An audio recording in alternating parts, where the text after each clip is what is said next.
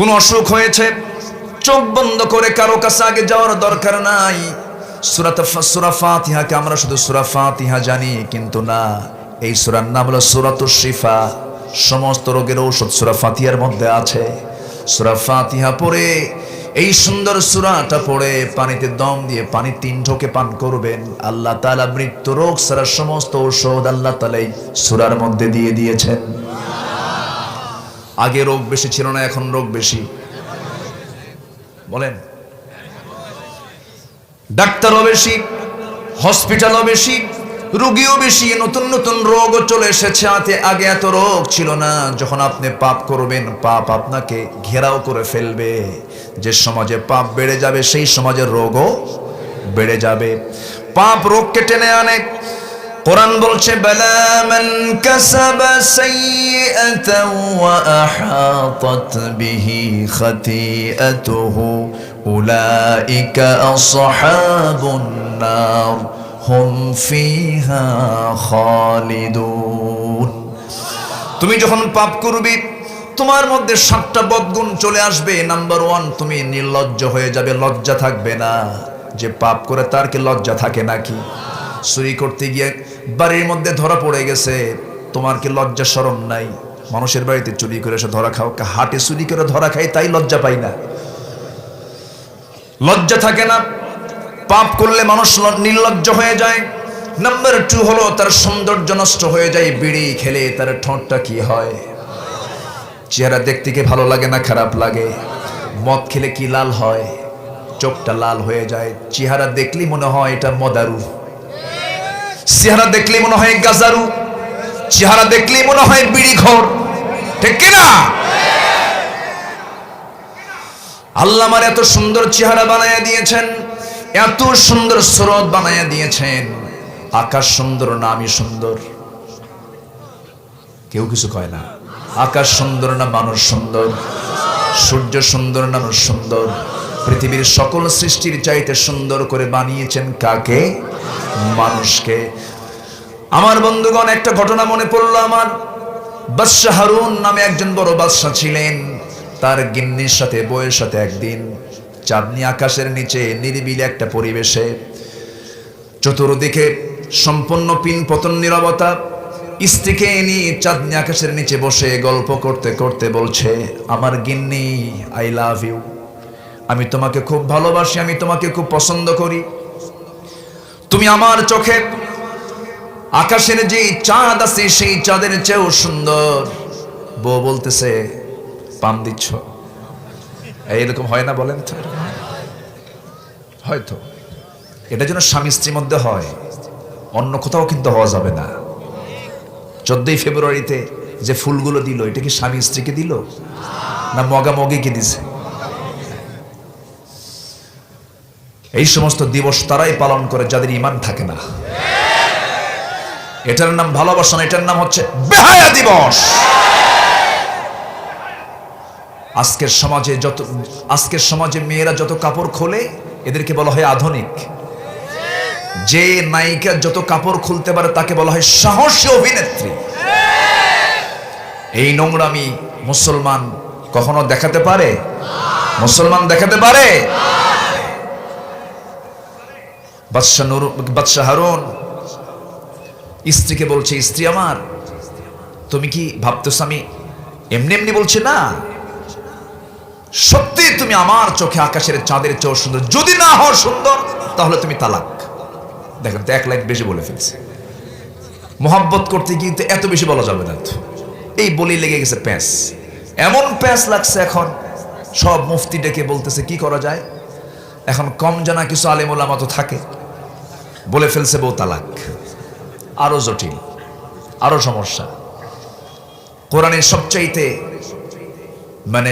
জটিল একটি মাসালা, যেটাকে আল্লাহ তাআলা সবচেয়ে জটিল মাসালা হিসাবে প্লেস করেছেন বান্দার সামনে, সেটা হলো তালাক। বিয়ে নামে সূরা নাই, তালাক নামে সূরা আছে না নাই? আচ্ছা, তালাকের মাসালা একটু জটিল। এখানে খুব স্পর্শকাতর বিষয়, এবং আল্লাহর কাছে সবচেয়ে নিকৃষ্ট হালাল তালাক। নিকৃষ্ট হালাল কি? হালাল কিন্তু নিকৃষ্ট। এই কাজ একজন ভালো মানুষ করতে পারে না। ভালো মানুষের দ্বারা এটা কখনো হতে পারে একদম ন্যায়সঙ্গত কারণ ছাড়া। আমার দেশে তো এমনি এমনি আমার ফোনে এমন কোনো দিন নেই ফোন আসে না, হুজুর কাম তো সারছে কি মার্ডার কেস, কি করছো হুজুর? একদম 3 তালাক দিছি, শাশুড়ি শুদ্ধা তালাক। তো বললাম বউ তো তালাক হয় কিন্তু শাশুড়ি কি তালাক? হুজুর ওর উপর রাগ বেশি আরো। বলেন আজকে সমাজ কোথায় চলে গেছে? দিন জানার দরকার আছে না নাই? তাহলে আল্লাহ যে বলছেন 3 কাজে লস নাই, 1 নম্বর হচ্ছে ইন্নাল্লাযীনা ইয়াতলুনা কিতাবাল্লাহ, আল্লাহর কালাম যারা তেলাওয়াত করবে তাদের কোনো লস নাই। ও যদি কোরআন তেলাওয়াত করতো তাহলে কি লস পড়তো? পড়তো না। প্রশ্নর তো সাইজ বাইজ নাই। সেদিন এক যুবক আমাকে প্রশ্ন করছে, হুজুর একটা প্রশ্ন করি। হুজুর কি? হুজুর 2 বছর যাবত এক মেয়ের সাথে আমার সম্পর্ক, সেও আমাকে ভালোবাসে আমিও তাকে ভালোবাসি, কিন্তু সে আমাকে শেষে ফাঁকি দিয়ে গেল। হুজুর গুনাহ হবে নাকি? বুঝতেছেন কি কথা? গুনাহটাও আজকে গুনাহ মনে হয় না। যার কাছে গুনাহ গুনাহ মনে হয় না সে ঈমানদার নয়, ঠিক কি না? সে ঈমানদার নয়। আমার ভাইয়েরা, বাদশা হারুন বড় বেকায়দায় পড়ে গেলেন। কি বলতেনি কি বলে ফেললাম, খুব চিন্তায় পড়ে গেছে। তার গিন্নিও কান্দে, তিনিও কান্দেন।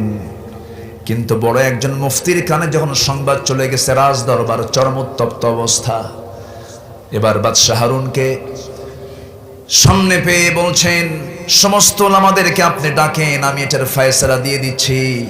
সমস্ত ওলামাদের ডাক দিয়ে এই জগৎধন্য আলেমে দিন তিনি সঙ্গে সঙ্গে একটা আয়াত বললেন, লাকাদ খালাকনাল কমারা ফি আহসানি তাকওয়িম।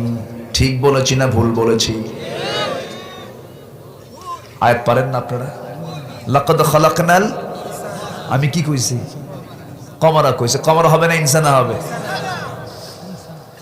লাকাদ খালাকনাল ইনসানা ফি আহসানি তাকওয়িম। কিন্তু এই বড় আলেমে দিন বলে ফেললেন লাকাদ খালাকনাল কমারা। সঙ্গে সঙ্গে আলেমরা সব বলে ফেলতেছে তুমি তো আয়াত ভুল বললে। সঙ্গে সঙ্গে তিনি বলছেন আমার আয়াত বলা যদি ভুল হয় তোদের ফতোয়াও ভুল। আকাশের চাঁদ যদি মানুষের চাইতে সুন্দর হতো, সূর্য যদি মানুষের চাইতে সুন্দর হতো, আল্লাহ তাআলা এই জায়গায় কামার বলতেন, হিলাল বলতেন, শামস বলতেন, সামা বলতেন, আকাশ বলতেন। কিন্তু তা না বলে বলেছেন, সবাই বলুন, লাকাদ খালাকনাল ইনসানা ফি আহসানি তাকওয়িম। আমি আল্লাহ রাব্বুল আলামিন মানুষকে সবচাইতে সুন্দর করে সৃষ্টি করেছি, সুন্দর অবয়ব দিয়ে বানিয়ে দিয়েছি। সেই বান্দার দায়িত্ব হলো, গোটা পৃথিবীর সৃষ্টির দায়িত্ব হলো মানুষের খেদমত করা, আর মানুষের দায়িত্ব হলো কার গোলামি করা? আসতে বলবেন না, কার গোলামি করা?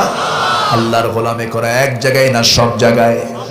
এক জায়গায় না সব জায়গায়? সব জায়গায়।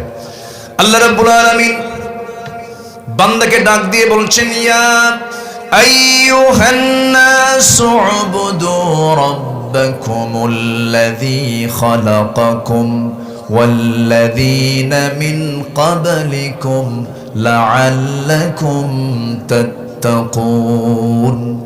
হে মানব মণ্ডলী, তোমরা সেই মহান রবের গোলামি করো যিনি তোমাকে সৃষ্টি করেছেন, তোমার পূর্বের সকল মানুষকে সৃষ্টি করেছেন। সেই মহান রবের গোলামি করো। আমি আপনি এই দুনিয়ার আগে আমরা রূহের জগতে ছিলাম, মার পেটের মধ্যে ছিলাম, আলমে আরওয়াহে ছিলাম। আমার আব্বা আর আমার আম্মার পরিচয় হলো আদম হাওয়া। আমাদের বাপের ভিটা হলো দুনিয়া না জান্নাত? আসতে বলেন কেন? দুনিয়া না জান্নাত? বাপের ভিটায় কি আবার ফিরে যাব না ইনশাআল্লাহ? সবাই কি বাপের ভিটে ফিরতে চান? নামাজ না পড়া, নামাজ না পড়ে? আমার দেশের নামাজি বেশি না বেনামাজি বেশি? বেনামাজি বেশি, নামাজ পড়ে না, কোরআনটা সহি করে পড়তে পারে না। আমি যদি প্রশ্ন করি, এই জায়গায় এই যে হাজার হাজার মানুষ বসে আছেন, যদি বলি কোরআনটাকে সহি করে, নামাজ যেটা সহি না হলে নামাজই হবে না, কোরআনটাকে সহি করে পড়তে পারেন কয়জন? সবার হাত কি উঠবে? কেন? কেন উঠবে না? ওঠার তো কথা ছিল। যদি প্রশ্ন করা হতো সকল ভাইবা বোর্ডে যদি এরকম শর্ত থাকতো, একটা যদি অপশন থাকতো, সকল ভাইবা বোর্ড, এদেশের যত ভাইবা হবে সমস্ত ভাইবা বোর্ডে যারা মুসলমান, তাদেরকে 1 পারা থেকে 30 পারার মধ্যে যে কোনো জায়গা থেকে 1 পৃষ্ঠা কোরআন তেলাওয়াত শোনা হবে। যদি এই শর্ত যদি জড়িয়ে দেওয়া হতো, কারো কি নামাজ পড়তে কি এই অশুদ্ধ তেলাওয়াত কি আর থাকতো? আসতে বলবেন না, থাকতো? তাহলে ব্যর্থতা আমাদের সামষ্টিকভাবে আছে না নাই? আমি মালয়েশিয়াতে গিয়েছি, ওখানে 50% 60% মুসলমান। সমস্ত মুসল্লি ইমামের পিছনে নামাজ পড়ে, প্রত্যেকটা মুসল্লি ইমামতির যোগ্যতা রাখে। মুসল্লি তো সেই যে মুসল্লি ইমামতির যোগ্যতা রাখতে পারে, সে হচ্ছে প্রকৃত মুসল্লি। তাহলে আমাদের অনেক গ্যাপ আছে না নাই? আসতে বলবেন না, আছে না নাই? আবার জানে তো না, আবার জানার ভান ধরে কিছু লোক আছে, এরকম কিছু লোক আছে না নাই? আমি অনেক আগে বলেই ফেলি, তিক্ত হলেও সত্য কথাটা বলে ফেলি। পার্লামেন্টে কারি সাহেব যায় নাই, কারি ওবায়দুল্লাহ সাহেব, উনি পার্লামেন্টের কারি সাহেব ছিলেন। এরকম এখনো নির্দিষ্ট করে পার্লামেন্টে কিন্তু অনেক কারি সাহেব যারা ওই অধিবেশনের আগে কি তেলাওয়াত করে? কোরআন তেলাওয়াত করে। একদিন কারি সাহেব যায় না, এখন অধিবেশন তো শুরু হবে, তেলাওয়াত করবে কে? এক এমপিকে দায়িত্ব দিছে। এখন স্পিকার তো জানে না যে এই এমপির দশা এই, যখন তেলাওয়াত করতেছে তখন তেলাওয়াত করতেছে, কিল হে আল্লাহ হে, শয়তান কয় তোর আমার তেলাওয়াত সুন্দর আছে। আমার কথা কি বুঝে আসতেছে? আমার কথা কি বুঝে আসে? কোরআনটা কোন দিন সহি করব আমরা? মরার পরে? সম্মানিত ভাইয়েরা, কোরআন আবার ওই কানার মতো বুঝলে হবে না। এক কানা গেছে মসজিদে নামাজ পড়তে যাইয়া মাগরিবের আগ দিয়ে ইমাম সাহেবের সঙ্গে কথা বলতে বলতে বাকবিতণ্ডা শুরু হয়েছে, চরম ঝগড়া। আজান দিছে, নামাজে দাঁড়াইছে ইমাম, সূরা ফাতিহার পরে এমন একটা আয়াত বলছে যে আয়াতের অংশ হলো ওয়া কানা মিনাল কাফিরিন। কানার কাছে মেজাজ খারাপ হইয়া, কানা মনে মনে কয় কিছুক্ষণ আগে গন্ডগোল হলো, নামাজের মধ্যে ফতোয়া জারি হলো, আমি কানা কাফের। কি কথা কি বুঝতেছেন? রেগে গোসায় ফেটে পড়ে কোনো কিছু বলে নাই, ফেরত গেছে বাড়িতে। পরের দিন আবার নামাজ পড়তে আসছে। এইদিকে যে ইমাম, তার আবার একটা পা হলো খাটো, ন্যাংরা গোছের। ইমামদের আবার পছন্দের সূরা থাকে, পছন্দের আয়াত থাকে। আগের সন্ধ্যায় যে সূরা, এই পরের সন্ধ্যা, পরের দিনের সন্ধ্যা সেই সূরা। যখন বলছে নামাজের মধ্যে সূরা ফাতিহার পর ওয়া কানা মিনাল কাফিরিন, পিছন থেকে কানা লোকমা দিচ্ছে ও ল্যাংরানা মিনাল ফাসিকিন। কথা কি বোঝা গেল? কোরআন এরকম বুঝলে হবে না, কোরআনকে কানার মতো বুঝলে হবে না, কোরআনকে কোরআনের মতো করে বুঝতে হবে মুসলমান। কোরআন যা বলে তাই আমাকে বুঝতে হবে। কোরআনকে কঠিন না সহজ? কঠিন না সহজ? সহজ। সুযোগ সন্ধানী কিছু লোক থাকে, যেদিকে বৃষ্টি সেই দিকে ছাতা। ইসলামকে মানতে গেলে একদম স্ট্রেট ইসলামকে মানতে হবে। ইসলামকে মানতে গেলে 1 আনা না 16 আনা? বলেন 1 আনা না 16 আনা? আংশিক না পুরোপুরি? আল্লাহ বলছেন পুরোপুরি ইসলামে দাখিল হও, আংশিক মানবা হবে না। এই পৃথিবীতে মুসলমান লাঞ্ছিত হচ্ছে কেন? আল্লাহর কথা, আল্লাহ কোরআনে বলেছেন কিছু অংশ মানবে, কিছু অংশ মানবে না। ইল্লা খিজিয়ুন ফিল হায়াতিদ দুনিয়া, দুনিয়ার জিন্দেগিতে লাঞ্ছিত হবে তোরা। আজকে কোরআনটাকে আমরা কি পুরোপুরি মানি? আজকে পুরোপুরি মানি? কোরআনটাকে পুরোপুরি মানতে হবে, কোরআনটাকে পুরোপুরি তেলাওয়াত করতে হবে। কোরআনের হক আদায় করতে গেলে ইমাম ইবনুল কাইয়্যিম বলেছেন 5টা হক, 5টা কাজ তোমাকে করতে হবে। মুখস্থ করবেন, কোট করে নেন। 1 নম্বর কিরাআত, নাম্বার 2 হলো তিলাওয়াত, নাম্বার 3 হলো দিরাসাত, নাম্বার 4 হলো তাদাব্বুর, নাম্বার 5 হলো যা জানলাম তা নিজের জীবন, সমস্ত জীবনে বাস্তবায়ন করতে হবে। কিরাআত মানে হলো ইকরা, প্রথম ওহীটা কি বলেন? ইকরা, তুমি পড়ো। নাম্বার 2 হলো উতলু, তুমি তেলাওয়াত করো। নাম্বার 3 হলো তুমি দিরাসাত, স্টাডি করো। এরপরে নাম্বার 4 হলো তাদাব্বুর, মানে হলো আফলা ইয়াতাদাব্বারুনাল কোরআন, গবেষণা করো। নাম্বার 5 হলো তুমি কোরআনের যে হুকুমগুলো আছে তোমার ব্যক্তিগত জীবন, সামাজিক জীবন, রাজনৈতিক জীবন, রাষ্ট্রীয় জীবনের সব জায়গায় তুমি এটাকে বাস্তবায়ন করো। যদি এই কাজটা যদি করতে পারো, কোরআন তোমার পক্ষে রায় দেবে, নচেত কোরআন তোমার বিরুদ্ধে মামলা দেবে। কার কথা?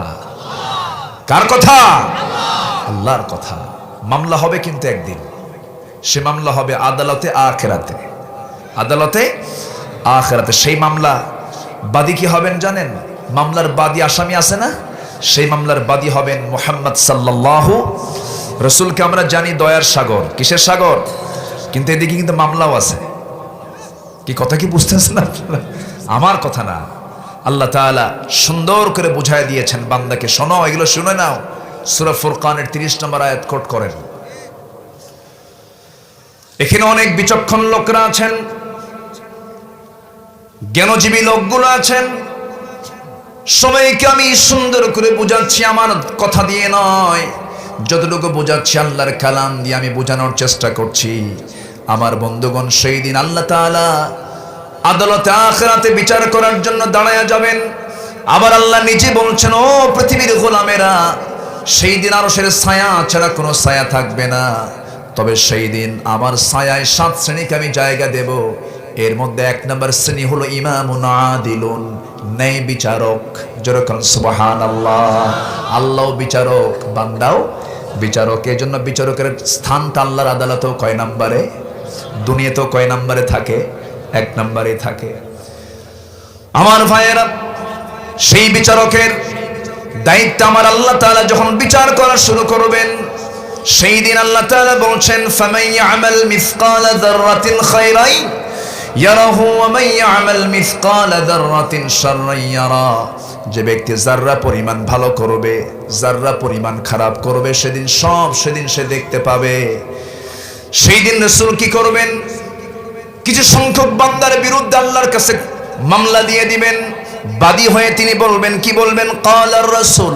কি বলবেন? ক্বালার রাসূল। রাসূল বলবেন, ইয়া রব, হে আমার রব, ইন্না কওমি, আমার কওমের লোকেরা, ইত্তাখাদু হাদাল কুরআনা মাহজুরা। ইন্না কওমি ইত্তাখাদু হাদাল কুরআনা মাহজুরা। আমার কওমের কিছু লোকেরা কোরআনটাকে পরিত্যক্ত করে রেখেছে, কোরআনটাকে তেলাওয়াত করে নাই। লস নাই কয় কাজে?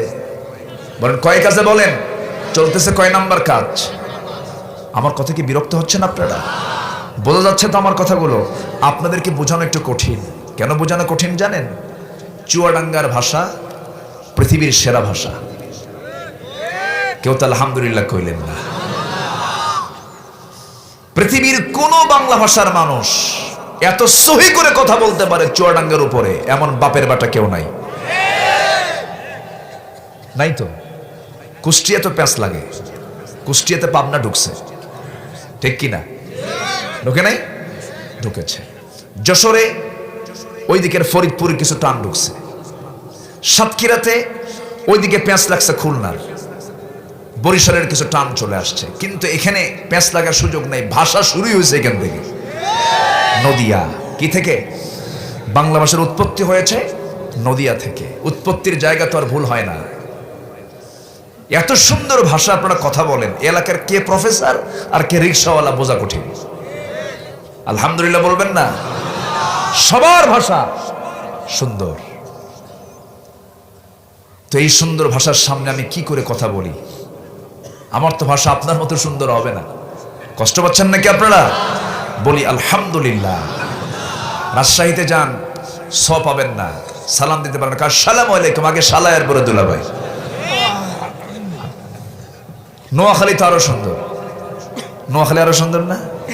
সুন্দর ভাষা, বোঝাই কঠিন। তবে তাদের কাছে তাদের ভাষা সুন্দর। পানিকে পানি বলতে পারেন, পানিকে হানি। আল্লাহ পাক হয় নাকি আল্লাহ ফাক?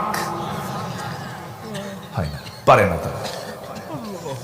চট্টগ্রাম তো কোনো কথাই নাই, ওদের ভাষা এত জটিল। সালাম দিয়ে বলতেছে, হুজুর আই মুখতার হাত দে না হড়ে। বুঝতেছেন কিছু? হুজুর আসসালামু আলাইকুম, আমি মুখতার বলছি, আপনি কোথায়? আই মুখতার হাত দে আন্না হড়ে।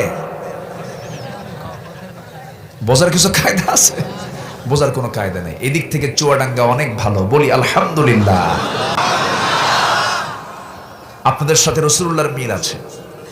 রাসূল বলেছেন, আমি হলাম আরবি সবচেয়ে নাহনু আফসাহুল আরব, আমি হলাম আরবের সবচেয়ে শুদ্ধ ভাষী মানুষ। আপনারা সবচেয়ে শুদ্ধ ভাষী বাংলা ভাষাভাষী মানুষ, বলি আলহামদুলিল্লাহ। কার থেকে নিয়ে? মার পেট থেকে এসেছেন। কিসের পেট থেকে নিয়ে এসেছেন? মার পেট থেকে। কোথাও গিয়ে ট্রেনিং দেওয়া লাগে নাই। এই কপাল কিন্তু সবার থাকে না, আলহামদুলিল্লাহ। সম্মানিত ভাইয়েরা, তাহলে এক নাম্বার কাজে লস নাই, সেটা হলো কার কালাম তেলাওয়াত করব আমরা? কার কালাম তেলাওয়াত করব? আল্লাহর কালাম। গেল, সামনে আরো দুইটা পড়ে আছে, একটা একটা করে বলছি। মাহফিলে কি মায়েরা আসছে? আসছে, মায়েরা আসছে, বলি আলহামদুলিল্লাহ। শুনেছি মারা নাকি কি পুরুষের চাইতে কি ডাবল, 3 ডাবল হবেই তো। তারা কি মার্কেটও কম না বেশি? ভালো, তাহলে মার্কেটও বেশি, মাহফিলও বেশি। এরপর আমরা প্রাইম মিনিস্টারও মহিলা পেয়েছি, বিরোধী দলের নেত্রীও মহিলা পেয়েছি, সংসদের স্পিকারও মহিলা পেয়েছি, শিক্ষার দায়িত্ব মহিলা পাইছে। আমার বাড়ির বউ একমাত্র সব। আমি কি ভুল বলতেছি নাকি? আচ্ছা, বইয়ের কথা শোনেন না আপনারা? আসতে কয়, এই বইয়ের কথা শোনেন নাকি এখানে? দেখি, ওই যে একজন শোনেন, এই যে বইয়ের কথা শোনেন, ও যে আরেকজন তুলছে। বইয়ের কথা শোনা না এমন কোন স্বামী পৃথিবীতে আছে? না শুনলে সংসার হবে? রাজা প্রজাদের মাঝে ঘোষণা করছে, যে প্রজা বইয়ের কথা শোনে না তাকে একটা করে ঘোড়া দেওয়া হবে, আর যে প্রজা বইয়ের কথা শোনে একটা করে ডিম দেওয়া হবে। সারাদিন ডিম মানে ঘোড়া পাওয়া লোক নাই, খালি ডিম পাওয়া লোক। বইয়ের কথা শোনে।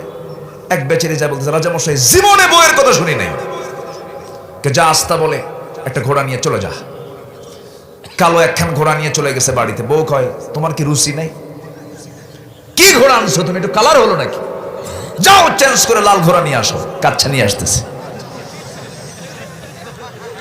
গেছে বাড়িতে, গেছে রাজার কাছে, গিয়ে বলে, রাজা মশাই ঘোড়া তো নিয়ে গেছে, কিন্তু কালার তো হয় নাই, কালার তো চেঞ্জ করতে হবে। কে তোরে কইল? বউ আমারে বললো লাল ঘোড়া নিয়ে আসো। রাজা কয়, ঘোড়া থুয়ে ডিম নিয়ে যা।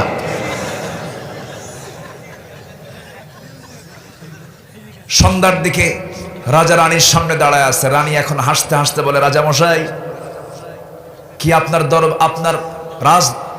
রাজ্যের সমস্ত জনগণ প্রজারা কি বইয়ের কথা শোনে বেশি, না স্বামীর কথা? বইয়ের কথা বেশি শোনে না কম শোনে? তো বলতেছে যে, শোনো, আমারে কোনো দোষ টোষ দিও না, তুমি কি বলবা বলো। রানী বলতেছে, শোনেন, আপনি এরকম লোক খুঁজে পাবেন না, সবাই বইয়ের কথা শোনে। অতএব যারা বইয়ের কথা শোনে তাদেরকে ডিম না দিয়া 5 কেজি করে চাল দিলে কিছু উপকার হবে। কাচ্ছা। পরের দিন সকালবেলা উজির দিন নিয়ে মন্ত্রী পরিষদ বৈঠকে রাজা বসে বলতেছে, শোনো, সিদ্ধান্ত একটু পাল্টানো দরকার। কেন? যারা বইয়ের কথা শুনে তাদেরকে ডিম না দিয়া 5 কেজি করে চাল দেওয়া হোক। এক মন্ত্রী বলে, রাজা মশাই এই পরামর্শ আপনাকে কে দিল? বউ আমার শিখাই দিল। কি কথা কি বুঝতেছেন? তাহলে বইয়ের কথা না শুনলে কি উপায় আছে নাকি? শুনতে হবে, শোনা লাগবে তো। কিন্তু মসজিদের দায়িত্ব পালন করে মহিলা না পুরুষ? আসতে বলে। পৃথিবীর সমস্ত নবী পৃথিবীতে এসেছেন, যত নবী এসেছেন সকল নবী নারী না পুরুষ? বলেন, নারী না পুরুষ? তাহলে পরিচালক কে? আসতে কয়, আরো জোরে। আল্লাহর কালাম বলছে, আর রিজালু কাওয়ামুনা আলান নিসা। একজন তো নেতা হতেই হবে। আচ্ছা, নামাজে দাঁড়াবে স্বামী স্ত্রী, ইমাম কে হবে? কে? না বউ? ঠিক আছে তো। আকলমন্দ ইশারা বারসাত। সচেতন ব্যক্তির জন্য ইঙ্গিতটাই যথেষ্ট। বুঝে নেই আমরা আমাদের চিন্তার ভিতরে আমরা কি যেন একটা লুকিয়ে রাখার চেষ্টা করছি। আমরা সিদ্ধান্ত নেব কোরআনকে সামনে রেখে, কার গায়ে লাগলো দেখার কিছু আসে যায় না।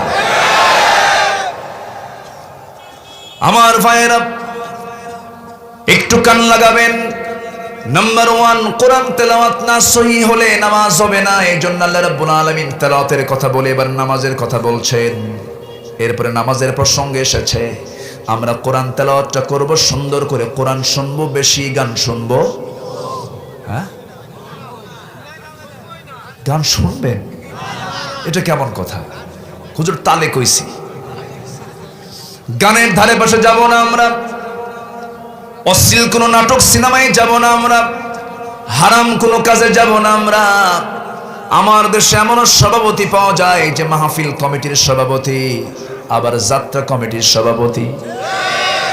এমন সভাপতিও পাওয়া যায় মসজিদ কমিটির সভাপতি, আবার ওইদিকে নাইট ক্লাবের সভাপতি।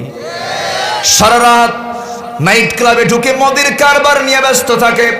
শুক্রবারে এসে মসজিদে সবার আগে প্রথম কাতারে বসে লাল টকটকে চোখ বানায়া খতিব খুতবা দেয়, আর ঘড়ি দেখে সভাপতি। ঘড়ি দেখবে কি সভাপতি না খতিব? কে ঘড়ি দেখবেন বলেন? যিনি খুতবা দিবেন তিনি ঘড়ি দেখবেন, সভাপতি তো ঘড়ি দেখতে পারে না। আজকে দখল হতে হতে মসজিদ পর্যন্ত দখল, মসজিদ কমিটির সভাপতি পর্যন্ত মদখোর, সেক্রেটারি হলো জেনাকার, ক্যাশিয়ার হলো সুদখোর। আমি কি ভুল বলছি? আমার ভাইয়েরা একটু কান লাগাবেন।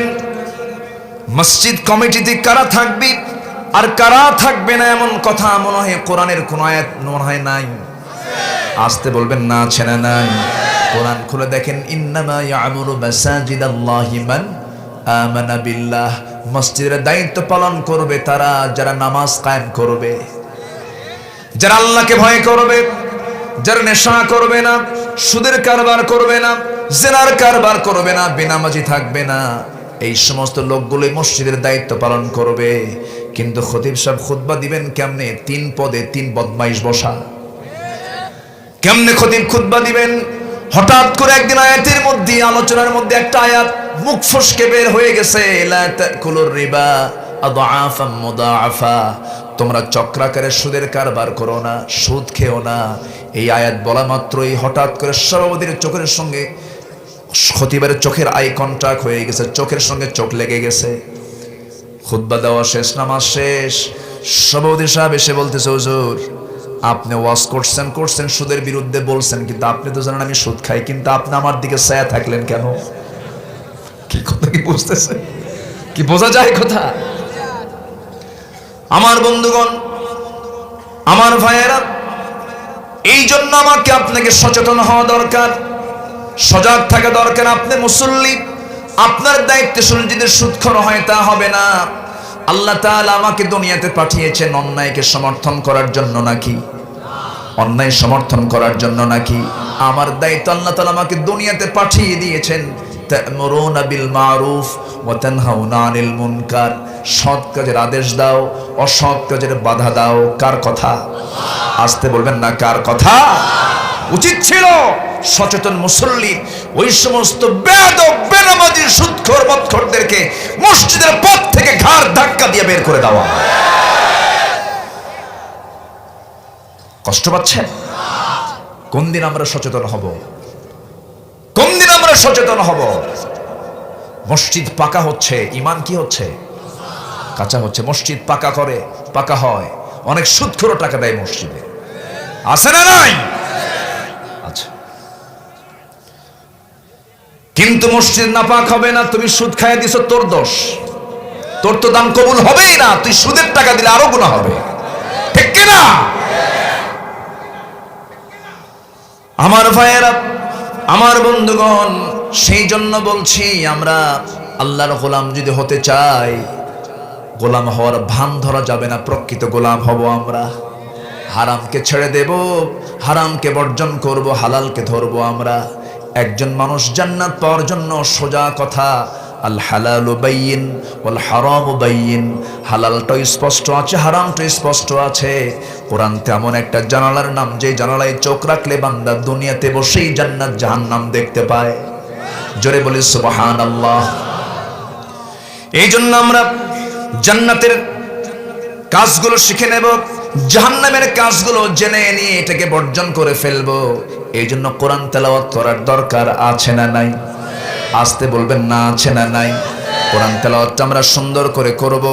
আমার বন্ধুগণ, নাম্বার 2 হলো আকামুস সালাহ, যারা নামাজ কায়েম করবে, যারা নামাজ আদায় করবে, কায়েম করবে। নামাজের এখানে হুকুম হলো 2টা, এখানে একটা হুকুম। নামাজ যারা কায়েম করবে, নামাজ আদায়ের ব্যাপারে গোটা কোরআন খুলে দেখবেন, গোটা কোরআনে মাত্র নামাজ পড়ার কথা, নামাজ আদায়ের কথা আসছে মাত্র একবার। আল্লাহ রাব্বুল আলামিন সূরা কাউসারে বলে দিয়েছেন, যারা পারেন ঠোঁট মিলিয়ে বলুন, ইন্না আ'তাইনাকাল কাউসার ফাসাল্লি লিরাব্বিকা ওয়ানহার ইন্না শানিআকা হুয়াল আবতার। নবী, আমি আপনাকে হাউজে কাউসার দান করেছি, অতএব আপনার দায়িত্ব হলো আপনি নামাজ পড়ুন, আপনি কোরবানি করুন, আপনি নামাজ পড়ুন, আপনি কোরবানি করুন। আর যারা বলে আপনি লেস কাটা, তারাই হলো প্রকৃত লেস কাটা। রাসূলকে একবার শুধু বলা হয়েছে নামাজ পড়ার কথা, আর নামাজ কায়েমের কথা আল্লাহ রাব্বুল আলামিন ৮০ বারেরও বেশি বার বলেছেন। এর মানে যে নামাজ পড়বো না তা নয়, নামাজ তো পড়তেই হবে, এটা আমার আপনার ডিউটি। কিন্তু যে নামাজি, সেই নামাজের দায়িত্ব হলো নামাজ কায়েমের সংগ্রাম করা না না করা, করা না না করা। মুনাফিকরা নামাজ পড়তে পারে, মুনাফিকরা নামাজ কায়েমের সংগ্রাম করতে পারে না। নবীর পিছনে নামাজ পড়েছে মুনাফিকেরা, চেহারাও সুন্দর, মাথায় টুপিও ছিল, মুখে দাড়িও ছিল, সুন্দর চেহারার অধিকারী। নবীর পিছনে নামাজ পড়তে পড়তে চোখের পানিও ফেলে ফেলে কাঁদতো, নামাজও পড়তো, কিন্তু তার নামাজ কায়েমের সংগ্রামে ছিল না। আমার নবী যেদিন উহুদের ময়দানে গেছেন, ওই মুনাফিকদেরকে চেনা গেছে। আমার নবী যখন বদরের প্রান্তরে গেছেন, সেই সময় মুনাফিকদেরকে চেনা গেছে। আমার নবীকে সবচেয়ে বেশি কষ্ট দিয়েছে কাফের মুশরিক না মুনাফিক? কাফের মুশরিকরা মুনাফিক। আমার দেশে মনে হয় মুনাফিক নাই, চুয়াডাঙ্গা জেলাতে নাই। আসতে বলবেন না আছে না নাই? এখন মুনাফিক কারা? ধোঁয়া দেখলে পরে বুঝবো ধোঁয়ার নিচে কি থাকে। কি থাকে বলেন? আগুন থাকে। যেখানে ধোঁয়া উঠবে বুঝবো ধোঁয়া থাকা মানে সেখানে আগুন আছে, নিজে আগুনের অস্তিত্ব পাওয়া যায়। তেমনি মুনাফিকের কিছু লক্ষণ আছে, আল্লাহ নিজে সে লক্ষণগুলো বলেছেন। 1 নম্বর লক্ষণ হলো আল্লাহু ইয়াশহাদু ইন্নাল মুনাফিকিনা লাকাযিবুন।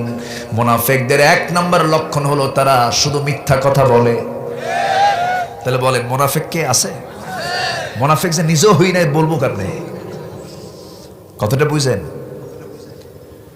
নিজেকে দিয়ে একটু আমরা প্রশ্ন করি, ও আব্দুল্লাহ, ও আল্লাহর গোলাম, সকালে ঘুম থেকে উঠে রাত পর্যন্ত কয়টা মিথ্যা কথা বলো? গীবত কয়টা করো? মিথ্যা সাক্ষী কয়টা দাও? যদি নিজেকে নিজে প্রশ্ন করি, তখন কি আমি জামিন পাই না আসামি হই? আসামি হয়ে যাই। নিজেকে চেঞ্জ করব আমরা, নিজেকে পরিবর্তন করব আমরা। আমার নবীর জীবনের সবচেয়ে বড় ক্ষতির কারণ ছিল হলো মুনাফিকেরা। নবীজিকে সবচেয়ে বেশি ডিস্টার্ব দিয়েছে মুনাফিকেরা। সেই মুনাফিক চক্র এখনো আছে না নাই? নামাজও পড়ে, রোজাও রাখে, কিন্তু হকপন্থীদের বিরুদ্ধে আবার তারা ষড়যন্ত্র করে। আছে না নাই? আমার ভাইয়েরা, একটু কান লাগান, মনোযোগ দিয়ে শোনার চেষ্টা করুন। আমার নবীর জীবনের সবচেয়ে বেশি ডিস্টার্ব করেছে, কষ্ট দিয়েছে মুনাফিকেরা।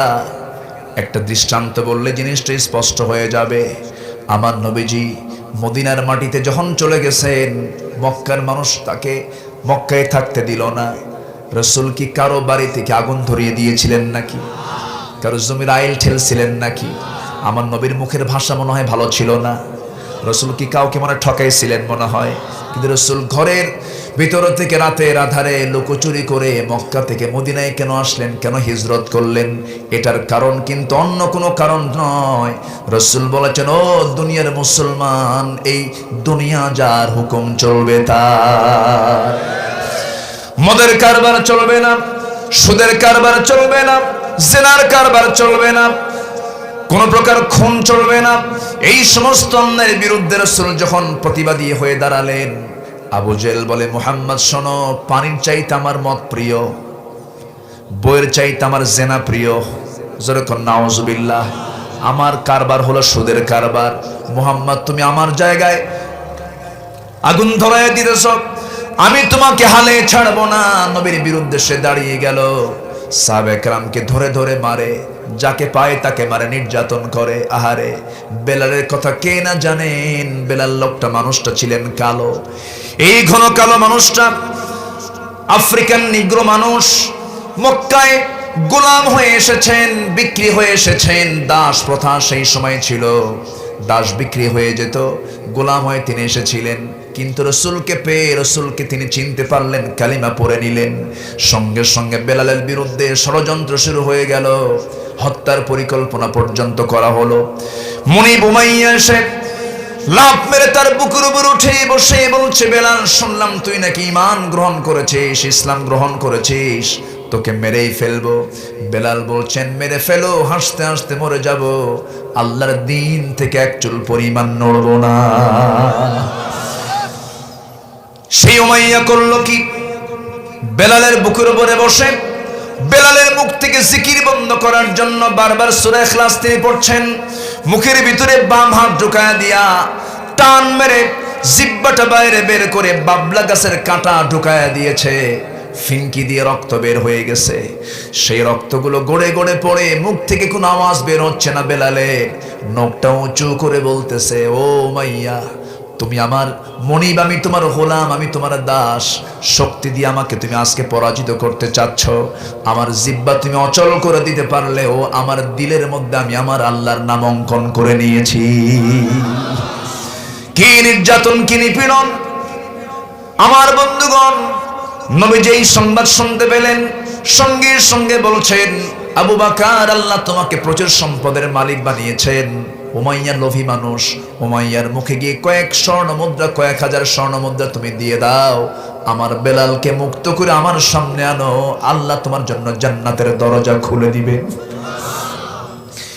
আমার ভাইয়েরা, সাইয়েদনা আবু বকর বেলাল রাদিয়াল্লাহু আনহুকে স্বর্ণ মুদ্রার বিনিময়ে আমার নবীর সামনে যখন মুক্ত করে আনলেন, মাথা থেকে পা পর্যন্ত জখমে জখমে ভরা।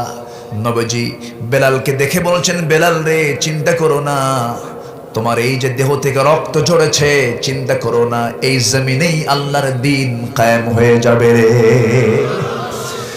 আমার নবীর মতো মানুষ, যিনি আরশ আজিমের মেহমান হন, আল্লাহর পরেই যার স্থান, সেই মহামানব মক্কার মাটিতে দাওয়াতি কাজ করতে গিয়ে মায়ের খান। আবু বকর সিদ্দিক রাদিয়াল্লাহু তাআলা আনহুকে মেরে রক্তাক্ত করে জমিনে ফেলে দিয়ে রেখেছে। সেজদা দিতে তারা বাধা দিয়েছে। সাইয়েদনা আবু বকর সেই জায়গা থেকে কোনো মতো নাকটা বোঁচা হয়ে গেছে, খড়ম জুতা দিয়ে তার নাকটা বোঁচা করে দিয়েছে। ভাবলেন রাসূলকে তারা হামলা করে কিনা জানি না। সঙ্গে সঙ্গে আবু বকর খুঁজলেন, রাসূল আমার কোথায়? দরজায় দিয়ে করা নাড়লেন। নবীজি দরজা খুলেই সামনে দেখছেন রক্ত মাখা আবু বকর। রাসূল বলছেন, আবু বকর, তোমার এমন অবস্থা কেন? তিনি বলছেন, ইয়া রাসূলুল্লাহ, অবস্থা ভালো না, চোরা গুপ্ত হামলা শুরু হয়ে গেছে, সন্ত্রাসী কর্মকাণ্ড শুরু হয়ে গেছে, আপনাকে মেরেও ফেলতে পারে। হুজুর, এই জায়গায় থাকা যাবে না, চলুন আমরা মক্কার একটু বাইরে চলে যাই, আউটসাইডে চলে যাই। কোন মতো সেই জায়গায় রাসূলকে সঙ্গে করে নিয়ে, রক্ত মাখা মুখ নিয়ে রাসূলকে নিয়ে বাইরে বের হয়ে গেলেন। রাসূল বলছেন, আবু বকর, শরীর থেকে যে পরিমাণ রক্তক্ষরণ হচ্ছে, তুমি তো মরে যাবে, তোমার তো কিছু খাওয়া দরকার, দেখি কি করা যায়। তপ্ত মরুবালুর ভিতরে ঘুরতে ঘুরতে দেখেন ছোট্ট একটা ছাগল পালের কাছে গেলেন। সেই ছাগল পালের রাখালকে ডাক দিয়ে বলছেন, রাখাল, একটা ছাগি দেবে নাকি? ছাগিটা কি করবেন? যদি আমাকে এই ছাগিটা দাও, তাহলে আমি একটু দুধ দহন করে আমার আবু বকরকে খাওয়াবো, খুব অসুস্থ অবস্থা, সে মারাও যেতে পারে। রাখাল বলছে, আমি দিতে পারবো না, কারণ রাখাল বলছে, আমি এই ছাগলগুলোর মালিক তো আমি নই, আমানতের খেয়ানত হয়ে যাবে। নবীজি একটু মুস্কি হাসি মেরে ভাবলেন, আহারে, এই তপ্ত বালু মরুর ভিতরেও ঈমান হারা মানুষ, কিন্তু আমানত ঠিক আছে। যেরকম আলহামদুলিল্লাহ, ঈমান নাই কিন্তু কি আছে? ঈমানের গুণটা আছে। ঈমানের কি গুণটা আছে? রাসূল তার কথাকে চয়েস করলেন। একটা মানুষ যদি আমানত ঠিক রাখতে পারে, তার জন্য জান্নাতও আছে। সুবহানাল্লাহ বলেন। ওয়াদা যদি ঠিক থাকে, তার জন্য জান্নাত আছে। এটা ঈমানদারের গুণ। কিসের গুণ বলেন? ঈমানদারের গুণ। আমার নবীজি দারুণ খুশি হলেন, ওই রাখালকে টার্গেট করলেন, এত সুন্দর গুণ। এবার বলছেন, রাখাল, আমি তোমার কাছে এমন একটা ছাগি চাবো, যে ছাগিটার ওলানে দুধ নাই, যে ছাগিটার ছোট্ট ছাগি, একটা আমার দিলেই হবে। তখন রাখাল মুস্কি হাসি মেরে মনে মনে ভাবতেছে, এ পাগল ছাগল নাকি, পাগল মানুষ নাকি? ছোট্ট সাগি দিয়ে সে কি করবে? আমার নবীজির হাতে যখন ছোট্ট সাগি দেওয়া হলো, আমার রাসূল ছোট্ট সাগিটা তার কাছাকাছি নিয়ে দুই পায়ের মাঝখানে নিয়ে সাগিটার পিছন দিকের দুই পায়ের ঠিক মাঝখান বরাবর ওলান বরাবর হাতের ছোঁয়া লাগায় দিলেন। প্রত্যেক নবীকে মুজিজা কে দিয়েছেন? আসতে বলবেন না, কে দিয়েছেন? এই যে আকাশের চাঁদটা দেখে এই চাঁদটা দ্বিখণ্ডন করেছেন মুহাম্মদ সাল্লাল্লাহু আলাইহি ওয়াসাল্লাম। সহিহ বুখারীর বর্ণনা, অবিশ্বাস করলে তার ঈমান থাকবে না। ইনশাক্কাল কামার, আল্লাহু আকবার।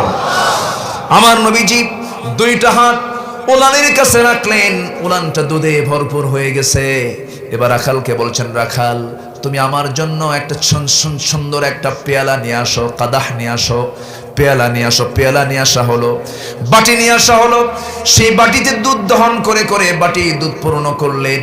এবার বলছেন, আবু বকর রক্ত দিয়ে তোমার শরীরটা সয়লাভ হয়ে গেছে, সকালবেলা রক্তাক্ত হয়েছ, এখন বরকতের দুধটা পান করে এটার শূন্যতা পূরণ করে নাও। বিসমিল্লাহ বলে পান করলেন, এত পান করলেন শেষ হয় না, ফুরায় না দুধ। রাসূল বলছেন, আবু বকর তুমি দুধ ফুরাতে পারবে না, এবার তুমি রাখাল তুমি নাও। রাখাল যখন হাতের ভিতরে বাটিটা নিয়েছে, নবীজি বিসমিল্লাহ বলে দিলেন, সেও দুধ খেয়ে খেয়ে ফুরাতে পারে না। রাসূল বলছেন, তোমরা শুধু দুইজন নয়, আরো আল্লাহর গোলাম যদি এখানে থেকে যেত কেউ ফুরাতে পারতো না, যতক্ষণ না ঠোঁট আমি আমার ঠোঁটটাই বাটিতে না লাগাবো। সুবহানাল্লাহ বলেন। আমার নবীজি সারা জীবন আগে খেয়েছেন না খাওয়াইছেন? বলেন, খেয়েছেন না খাওয়াইছেন? খাওয়াইছেন। নবীজির সারা জীবনের সিস্টেম হলো আগে খাওয়ানো, এরপরে খাওয়া। রাসূল পরে খেয়েছেন। আদর্শ নেতার বৈশিষ্ট্য হলো আগে খাওয়া না আগে খাওয়ানো। আজকের অধিকাংশ নেতাগুলো যারা আছে আগে খায় না খাওয়ায়। হ্যাঁ, দেশেও রাখে না। জাতীয় পত্রিকায় দেখেছি আমি, জাতীয় পত্রিকায় রিপোর্ট দিচ্ছি, বিগত কয়েক বছরে 14 থেকে 16 লক্ষ কোটি টাকা দেশ থেকে পাচার করছে কোন ফেরেশতারা? কি কথা কি বুঝতেছেন? জাতির শ্রেষ্ঠ সন্তান বীর মুক্তিযোদ্ধারা, যাদের রক্তের বিনিময়ে দেশ স্বাধীন হয়েছে, তাদের নামে 2000 মুক্তিযোদ্ধা যাদের বয়স হলো 52 বছর, মুক্তিযোদ্ধার ভাতা নিয়েছে। যুদ্ধ হয়েছে 52 বছর আগে, এদের বয়স 52 বছর। যুদ্ধ করলো কোন দিন, ভাতা নিল কোন দিন? ঠিক কিনা? এদেশের স্বাধীনতার স্থপতি বঙ্গবন্ধু শেখ মুজিবুর রহমান দেশ স্বাধীনের পরে আফসোস করে কিছু কথা বলেছিলেন, মানুষ দেশ স্বাধীন করে পায় তেলের খনি, গ্যাসের খনি, স্বর্ণের খনি, আমি পাইছি চোরের খনি। আমরা ভালো হব কোন দিন? এটা আমার দোষ না, তো নেতাই বলে গেছে। ভালো হব কোন দিন? আমরা একটা প্রশ্ন করি, আমার দেশে মানুষ বেশি না চোর বেশি? বলে মানুষ বেশি না চোর বেশি? মসজিদে যাবেন আপনি, আমার দিকে থাকেন, মসজিদে যাবেন আপনি, টাউনের মসজিদগুলো যদি হয়, সিটির মসজিদগুলো যদি হয়, আমি আগে যাওয়া দরকার না জুতা আগে যাওয়া দরকার? জুতা যদি পিছনে রাখেন, হয়তো পিছনের কোনো তাকে রাখছেন, নামাজ হয় কঠিন, সেজদায় যে ভাববেন জুতা আছে তো। বাস্তব কথা বলছেন। মালদ্বীপে আজ থেকে 11 বছর আগে একটা মাহফিল ছিল। মালদ্বীপ সার্কের একটা ছোট্ট দেশ। এক মন্ত্রী মহোদয়ের সঙ্গে আমি সেন্ট্রাল মসজিদে ঢুকতেছি, সেখানকার সেন্ট্রাল মালেতে একটা মসজিদে ঢুকতেছি আমি। তো আমার দেশের সিস্টেম তো মানে মসজিদে ঢুকলেই জুতা হাতে নিতে হয়। আমি জুতা হাতে নিচ্ছি, আমার দিকে এভাবে চায় আস দেখে আস, কি ব্যাপার আপনি জুতা হাতে নেন কেন? জুতাও কি নামাজ পড়বে নাকি? কি কথা কি বুঝতেছেন? বিষয়টা এমন। তায়েফে মাহফিল আমার, মাগরিব থেকে এশা পর্যন্ত বয়ান, এশা শেষ হলো, মসজিদ থেকে বের হচ্ছে, একজনের জুতা নাই। তো ভাবলাম এই দেশেও জুতা চোর আছে। পরে চোর ধরা পড়ছে, মেড ইন বাংলাদেশ। কি কথা কি বুঝতেছেন? আমরা কই মানুষ হলাম? চট্টগ্রামে মাহফিল গত বছর, পতেঙ্গায় মাহফিল শেষ করলাম, মোনাজাত করে সবাইকে নিয়ে নামবো আমি, নামার সময় দিকে আমার জুতা নাই। আমরা ভালো হতে পারিনি তো। আমার ডান হাত আমার বাম হাতকে বিশ্বাস করে না। আমরা এত নিচে নামিয়েছি। আমরা ভালো হব কোন দিন? ভালো হওয়ার দরকার আছে না নাই? আসতে বলবেন না, আছে না নাই? আচ্ছা, বোনের সম্পত্তি ভাই বুঝে দেয় না, গোড়ায় হাত দিচ্ছি আস্তে আস্তে, যাবেন না। জিনিস যাবেন ভাববো যে ওটাই ঠকায়, বসে থাকে।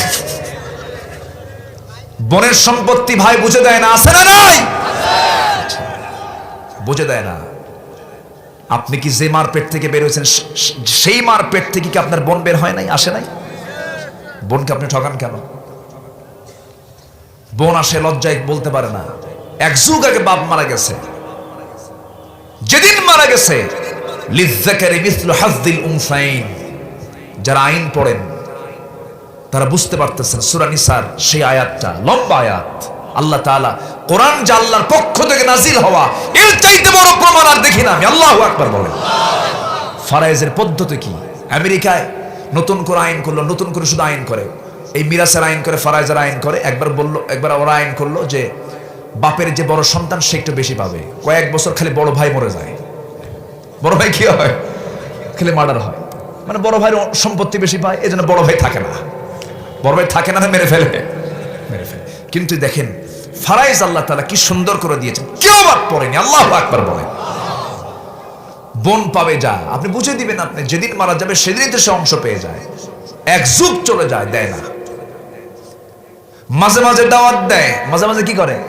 দাওয়াত দেয়। বোনরা আসে, বোন আসো, দাওয়াত দেয়, মিষ্টি খাওয়ায়, ভালো বাজার টাজার করে খাওয়ায় দাওয়ায়। আস্তে করে পাশে বোনকে পাশে বসায় রেখে বলে, বোন শোনো একটা কথা বলি, কি অংশ নিলে কিন্তু ধ্বংস হয়। দেখছেন কি ওয়াজটা দিল? এটি কি কোরআন থেকে ওয়াজ না শয়তান থেকে ওয়াজ? কোরআন থেকে ওয়াজ না শয়তান থেকে ওয়াজ? এগুলো করা যাবে? যাবে না। যার যে অংশ আমরা বুঝাই দেব, জোরে বলি ইনশাআল্লাহ। কষ্ট পাচ্ছেন? এত বাজে? অনেক বেজে গেছে তো। চলো চলো, কোন আপত্তি, কোন সমস্যা? ফজর পড়ার দরকার নাই। ফজর পড়বেন তো সবাই? সবাই ফজর পড়তে রাজি আছে তো? 5 ওয়াক্ত নামাজ পড়বেন কারা কারা? হাত তুলে দেখান দেখি। জোরে বলি ইয়া আল্লাহ, ইয়া রহমান, ইয়া রহিম। আমাদেরকে 5 ওয়াক্ত সালাত আদায় করার তৌফিক তুমি আল্লাহ দিয়া দাও। জোরে বলি আমিন, আরো জোরে আমিন। হাত নামান। কষ্ট পেলেন? আমার নবীজি এবার বলছেন, আবু বকর বাটিটা আমার হাতে দিয়ে দাও। মনে আছে কি? মনে আছে আপনাদের কথাগুলো? আমার হাতে দিয়ে দাও। আমার নবীজি শুধু নিজেই আগে, জীবনে কোনোদিন আগে খেয়েছেন এমন কোন রেকর্ড নাই। রাসূল সব সময় খাওয়াইছেন, এমনকি বাড়ির বউকে আগে খাওয়ায় দিয়েছেন। আম্মা জান আয়েশা বলেন, আমি নবীর স্ত্রী ছিলাম, কোনোদিন রাসূলকে আগে সালাম দিতে পারি নাই, রাসূলকে আগে খাওয়াতে পারি নাই। রাসূল চট করে সালামটা দিয়ে দিতেন, আমাকে খাওয়ায় দিতেন। রাসূলকে আমি আগে খাওয়াতে পারতাম না। আমি রাসূলের জন্য উটের দুধ নিয়ে যেতাম, বলতাম হুজুর আপনার জন্য উটের দুধ নিয়ে এসেছি, আপনি গরম করে দিয়েছে, আপনি খেয়ে নেন। রাসূল বলতেন, আয়েশা রে আমি কখনো আগে খাই না, তুমি আগে খাও, তুমি আগে খাও। আমাকে রাসূল জোর করে খাওয়ায় দিতেন। আমি যখন গ্লাসটা নিয়ে, যখন ঠোঁটটা দিয়ে, যখন গ্লাসে যখন ঠোঁট আঁকায় দিতাম, আমার নবীজি মাথা নিচু করে দেখতেন আমি আয়েশা কোন দিক দিয়ে আমি গ্লাসের ঠোঁট লাগালাম। নবীজি এই ঠোঁটের জায়গাটা মার্কিং করতেন। আমি যখন কিছু খেয়ে যখন রেখে দিতাম নিচের দিকের অংশ, রাসূল বলতেন এখন তুমি আমারে দাও। আমি যে দিক দিয়ে ঠোঁট লাগাতাম, আমার নবীজি সেই দিক দিয়ে ঠোঁট লাগাতেন।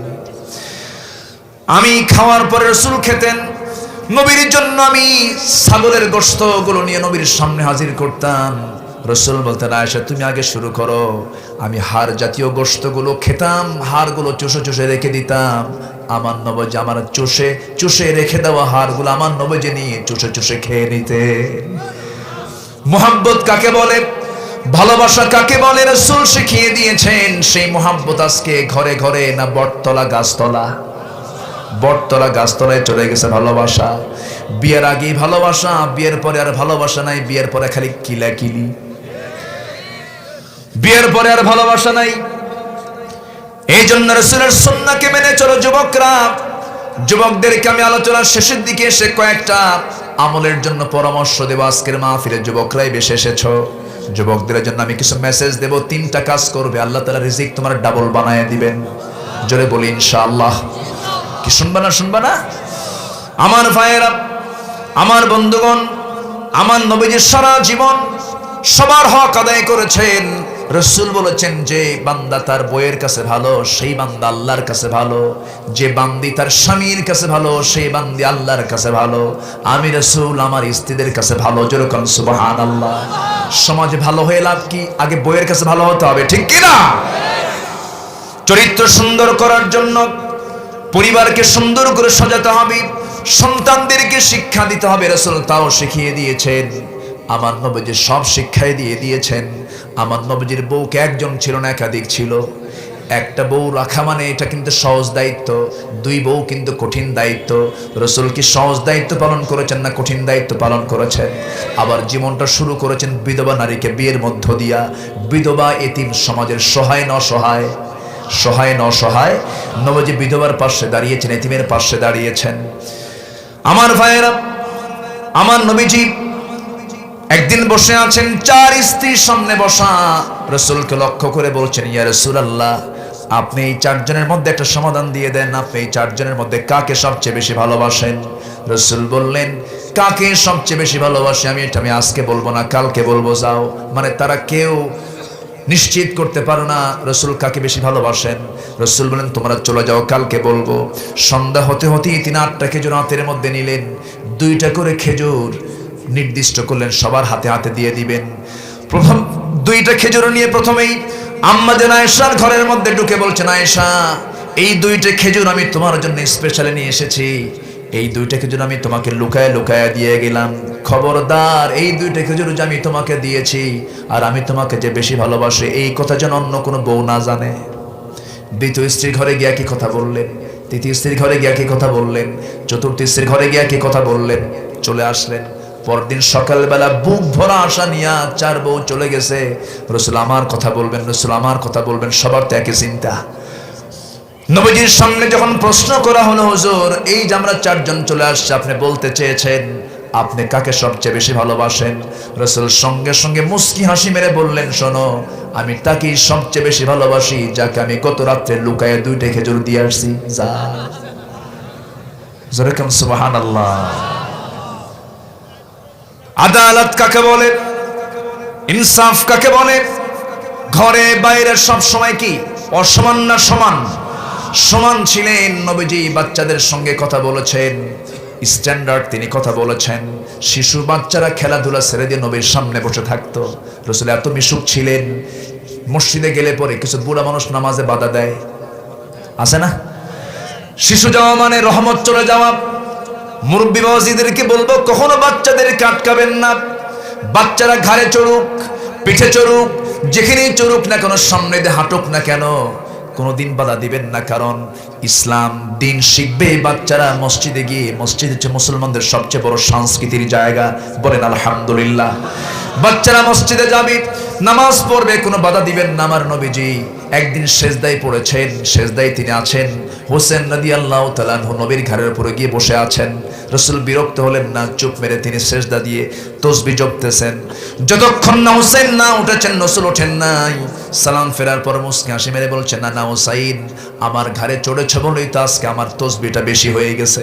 যেরকম সুবহানাল্লাহ। নবীজি বাচ্চাদেরকে পজিটিভ দেখেছেন সব সময়ের জন্য। আমার নবীজি একদিন জুমার খুতবা দিচ্ছেন। হোসেন রাদিয়াল্লাহু তাআলা আনহু 4 ফিট মানুষ, 5 ফিট জুব্বা পড়ছে, বারবার জুব্বার কাপড়ের সঙ্গে প্যাঁচ লেগে পড়ে যায়। আমার নবীজি জুমার খুতবা ছেড়ে দিয়া আমার নবীজি দূরে গিয়ে হোসেনকে নিয়ে প্রথম কাতারে বসায় দিয়ে আবার খুতবা শুরু করলেন। বাচ্চাদের জন্য কোনো কাতার নাই, গার্জিয়ান যেখানে বাচ্চাও সেখানে থাকবে, ডিস্টার্ব করুক কোনো কথা বলা যাবে না। বাচ্চাদের হাসি কান্না থাকবে মসজিদে, আলহামদুলিল্লাহ বলেন। এটাই হলো ইসলাম।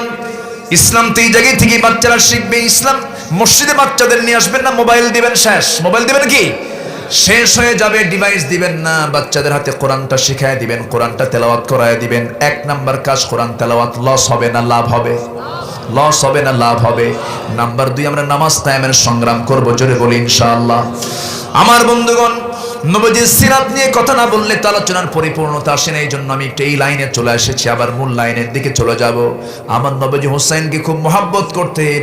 আমার নবীজি হুসাইনের সঙ্গে একদিন গল্প করছেন মসজিদে নববীর ভিতরে। আম্মা জান আয়েশা বলেন, মাঝে মাঝে আমার কাছে মনে হতো, আমি নবীজির বউ হওয়ার পর আমার কাছে মাঝে মাঝে মনে হতো রাসূল আমার চাইতে মনে হয় হুসাইনকে বেশি সময় দিতেন। জোরে কোন সুবহানাল্লাহ। হুসাইনকে কোলের মধ্যে নিয়ে গল্প করছেন। বাবে জিবরিল আমিন নবীর সামনে দাঁড়ায় গেলেন। নবীর সামনে দাঁড়ায় গিয়ে আস্তে করে বসে গেছেন। নবীর কোলে হুসাইন বসা। হুসাইনকে লক্ষ্য করে রাসূল বলছেন, না না, আমার সামনে কে এসে বসলো, তুমি তাকে চিনো নাকি? না না, মাঝে মাঝে এই লোকটা আপনার কাছে আসে, আপনার কাছে কি যেন কথা বলে যায়, কিন্তু অন্য কোনো সাহাবীর সঙ্গে এই সাহাবীর কোনো মিল নাই। কেন? সুন্দর চেহারা, চুলগুলো কত সুন্দর গাথানো গাথানো সাজানো গোছানো চুল, সুন্দর চেহারা, কিন্তু আমার কাছে মনে হয় সব সাহাবীর কত সুন্দর অভ্যাস, তারা কেউ খালি হাতে আসে না, আঙ্গুর বেদানা খেজুর উটের দুধ উটের গোশত নিয়ে আসে। না খাওয়া সাহাবীদের উপকার হয়, কিন্তু এই লোকটা মাঝে মাঝে আপনার কাছে আসে, খালি হাতে আসে, কৃপণ মার্কা। কি কথা কি বুঝতেছেন? আমার নবীজি মুস্কি মুস্কি হাসি মেরে জিব্রাইলের চোখের দিকে তাকায় চোখের ভাষায় বলছেন, জিব্রাইল, আমার আচ্ছা নাতির কবলে পড়ে গেছো, আমার নাতি আমারই ছাড়ে না। আল্লাহ তাআলা বলছেন, জিব্রাইল রে, পকেটের ভিতরে হাত দিয়ে দেখো, দেখো সেখানে আঙ্গুরের ছড়া আছে। পকেটের মধ্যে হাত দিয়ে আঙ্গুরের ছড়া বের করে নবীর সামনে ঝোলায় রেখেছেন।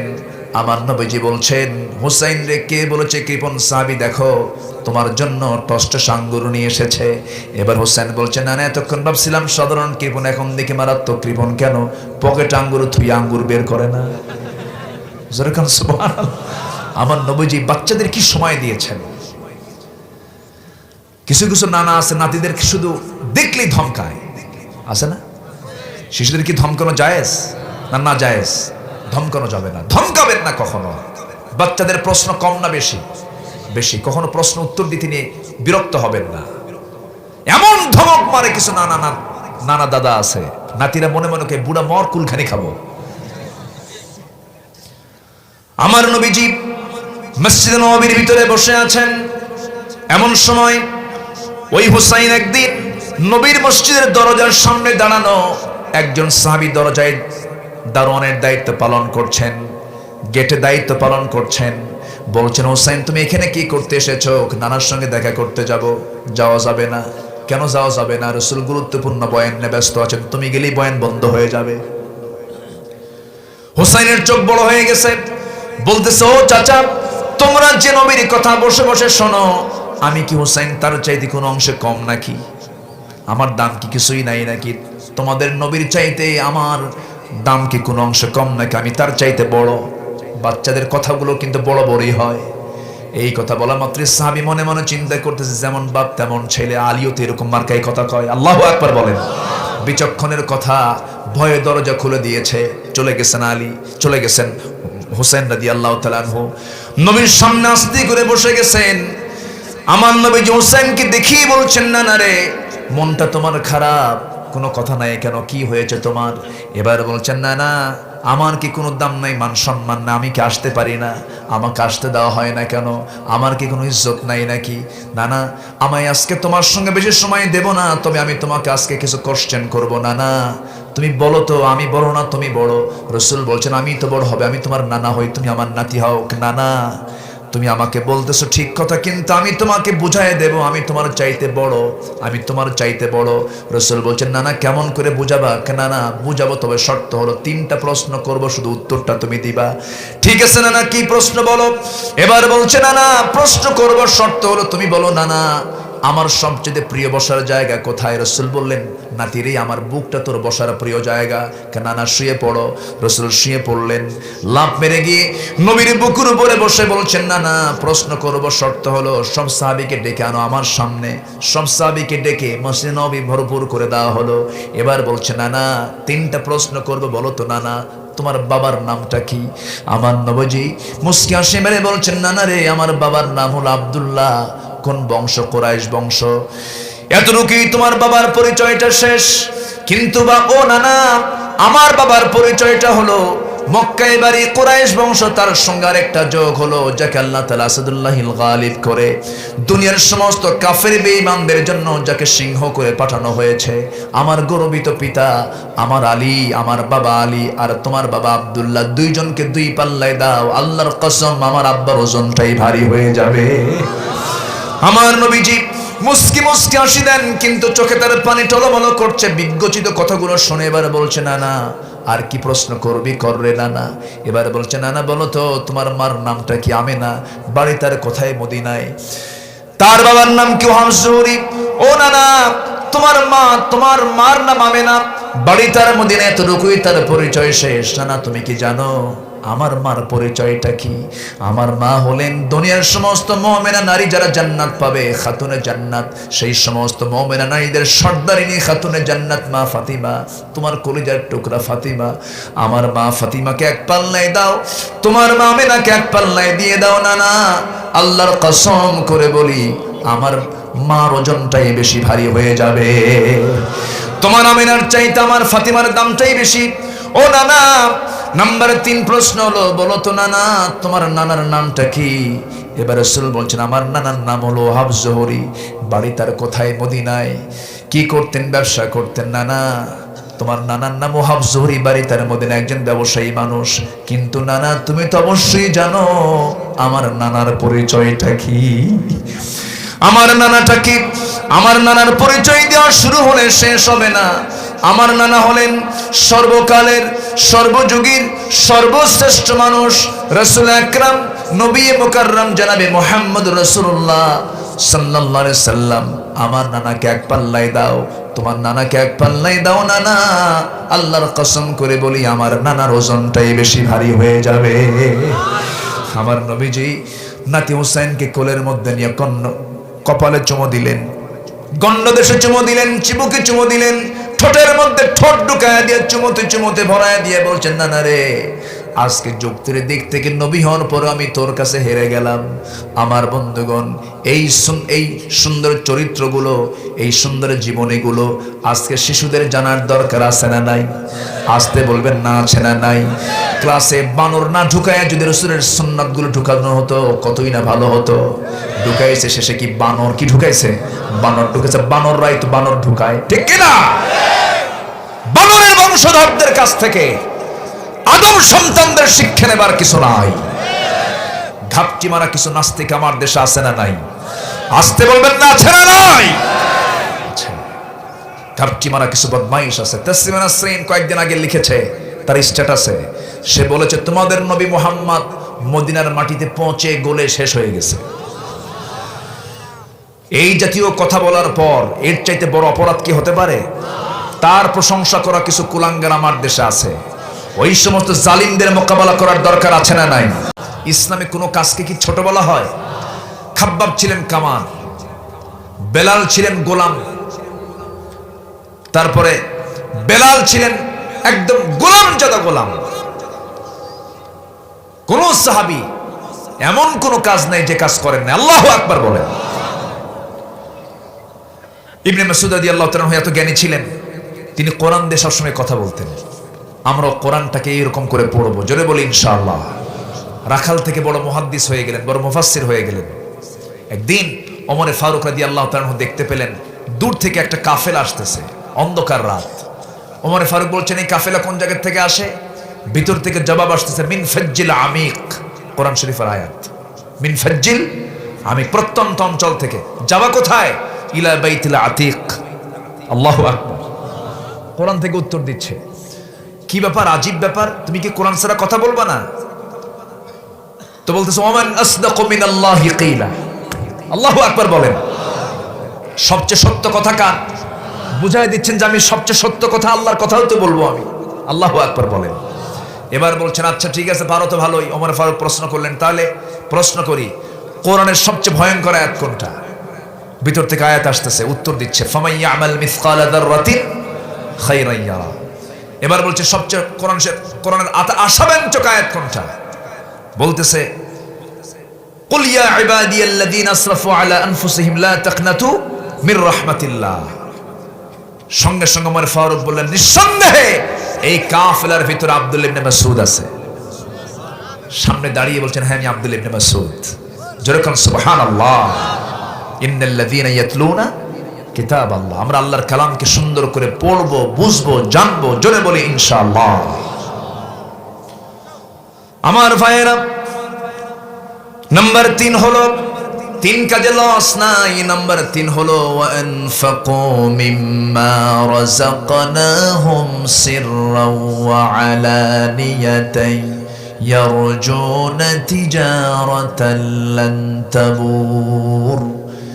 নাম্বার 3 হলো, যে সমস্ত বান্দাগুলো প্রকাশ্যে গোপনে যারা আল্লাহর পথে যারা খরচ করবে, ইনফাক ফিস সাবিলিল্লাহ, যারা আল্লাহর পথে যারা আল্লাহ যে অর্থ দিয়েছেন তা থেকে যারা কিছু খরচ করবে, এই 3টা কাজ যারা দুনিয়াতে করে যাবে, আল্লাহ বলছেন আশা করা যায় তিজারাতান লান তাবুর, কখনো তাদের এই ব্যবসায় লস হবে না। জোরে কোন সুবহানাল্লাহ। আল্লাহ পালন করার তৌফিক দান করুন। যুবকদের জন্য কয়টা কাজের কথা বলছি বলেন? কয়টা? 3টা কাজ। নাম্বার 1, তোমার রিজিক ডাবল হবে। নাম্বার 1, তোমার দায়িত্ব হচ্ছে তুমি তাড়াতাড়ি বিয়ে করে নাও। সমাজে কিছু প্রবলেম আছে, মেয়ের বাপরা কিছু জামাই খোঁজে। ছেলের কি থাকতে হবে? কি চাকরি? আচ্ছা, সরকারি চাকরির সাথে থাকলে হবে না তো, উপরিয়া কামাই আছে কিনা, এক্সট্রা আছে কিনা, এবং সাথে মঙ্গল গ্রহে অফিস আছে কিনা। আমার নবীজি মেয়েকে বিয়ে দিয়েছেন টাকা দেখে, পয়সা দেখে, চেহারা দেখে, না তাকওয়া দেখে? এই যে 3টা গুণ দেখেছেন, এগুলো 3টা গুণ দেখেছেন, এগুলো দেখে রাসূল বিয়ে দিয়েছেন। 4টা মেয়ের সর্বশেষ মেয়ের নাম হলো ফাতিমা রাদিয়াল্লাহু তাআলা আনহা। তাকে যখন বিয়ে দিবেন রাসূল বললেন, কে আছো আমার মেয়েকে বিয়ে করবে? মিলিয়নার বিলিয়নার, শত শত খেজুর বাগানের মালিক, দরিদ্র সাহাবী রাসূলকে প্রস্তাব দিচ্ছেন। রাসূল বলেন, নট অ্যালাউড, যাও, আমার পছন্দের লোক এখনো আসে নাই। সবার শেষে আলী দাঁড়ানো, নবীর সামনে দাঁড়ায় আছেন। রাসূল বলেন, আলী কিছু বলবা? হুজুর কি যে বলবো নিজেও জানি না। রাসূল বলেন, তুমি কি আমার মেয়েকে বিয়ে করবা? হুজুর দিলে করব। সুবহানাল্লাহ বলবেন না? আমার নবীজি সাইয়েদনা আলীকে বলেন, আলী আমার মেয়েকে তো তোমার সঙ্গে বিয়ে দেব, কিন্তু মোহরনা তো দিতে হবে, তোমার দায়িত্ব। টাকা আছে নাকি? হুজুর টাকা পাবো কোথায়, বাড়ি তো আমার নাই। বিশ্বনবী তার মেয়েকে বিয়ে দিবেন, চাদরের দুলালিকে বিয়ে দিবেন, তার বাড়ি নাই, টাকা নাই, পয়সা নাই। রাসূল বললেন, আমার ফাতিমাকে বিয়ে দেব, তোমার সঙ্গে মোহরনার টাকা তো লাগবেই, কিছুই কি তোমার নাই নাকি? হুজুর আমার কাছে আছে এই যে ঢাল, এই যে তরবারি, এই যে ঢাল, এই যে তরবারি। সঙ্গে সঙ্গে রাসূল বলছেন, তরবারি তোমার সঙ্গে থাকতেই হবে সর্বক্ষণ, কারণ যে কোনো মুহূর্তেই তোমার যাওয়া লাগতে পারে। কিন্তু ঢাল ছাড়াও যুদ্ধ চলে। ও আলী, ঢালটা বেচে আসো, ঢাল বেচার টাকাই হবে আমার মেয়ের বিয়ের মোহরানা। ঢাল বেচতে গেছেন সকালবেলা, সাত সকালে। সামনে ওসমান রাদিয়াল্লাহু দাঁড়ানো, নবীজির বড় জামাই দাঁড়িয়ে বলছেন, আলী যুদ্ধের ময়দানের যোদ্ধা, তুমি ঢাল বিক্রি করতে আসছো কেন? বিয়ে ঠিক হয়েছে কার সাথে? নবীর ছোট্ট মেয়ের সাথে। তাই নাকি? ঠিক আছে, ঢালটা আমাকে দাও, আমি কিনে নেব। টাকা দিলেন, ঢালটা নিলেন। কয়েক হাত যেতে না যেতেই বলছেন, ওসমান, ও আলী এই দিকে আসো, তুমি তো আমার ভাইরা হয়ে যাচ্ছ, কিছুক্ষণ পর তোমার কিছু তো গিফট করা দরকার, ঢালটা আমি তোমার দান করে দিলাম। ঢালটা নিয়ে চলে আসলেন, নবীর সামনে আসলেন। রাসূল বলছেন, আলী মনে হয় ঢালটা বিক্রি হয় নাই। এবার বলছেন, হুজুর ঢাল তো বিক্রি করেছে, এই যে টাকা, কে ঢাল আনলা কেন? হুজুর বিক্রি করার পরে আবার উপহার পাইছে। কে তোমার উপহার দিল? আপনার বড় জামাই ওসমান। রাসূল মুস্কি হাসি মেরে বললেন, লোক আর খুঁজে পাও নাই? হ্যাঁ, এটা কোন জায়গায় কারবার করছো? আমার নবীজি এবার বলছেন, আলী আমার মেয়েকে তোমার হাতে উঠায় দেব। মেয়ের কাছে গিয়ে বলছে, মা এমন ছেলে তোমাকে দিচ্ছি, মা ঘর নাই, বাড়ি নাই, টাকা নাই, পয়সা নাই, কিন্তু মাথা থেকে পা পর্যন্ত তাকওয়া দিয়ে ভরা। নবীজি জামাইয়ের সঙ্গে মিশে মিশে কথা বলতেন। এরকম শ্বশুর হলে কোনোদিন গন্ডগোল লাগবে না। কিছু শ্বশুর আছে খুব ভাবনে থাকে, এই আসা না নাই বলেন। আমার নবীজি খুব ফ্রি হয়ে কথা বলতেন।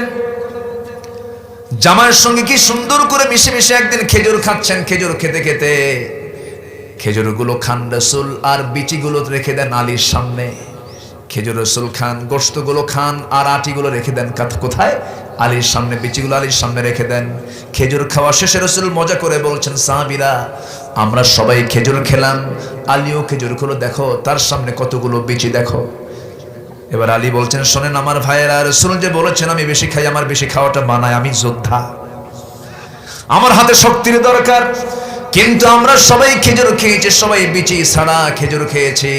কিন্তু রাসূল যতক্ষণ ধরে খেজুরগুলো খাইছেন সব বিচি সহ, কারণ তার সামনে একটা বিচিও নাই। সুবহানাল্লাহ বলবেন না? রাসূল খুব মজা করে কথা বলতেন সবার সাথে। নবীজি মেয়েকে বিয়ে দিলেন, বিয়ে দিয়ে বলছেন, মা স্বামীর ঘরে চলে যাও, আমি তোমাকে আজকে চূড়ান্ত একটা কথা বলবো, আজকের থেকে তোমার শ্রেষ্ঠ ঘর হবে স্বামীর ঘর। বাবার ঘর এতদিন ছিলে বাবার দায়িত্বে, এখন তোমার স্বামীর দায়িত্বে।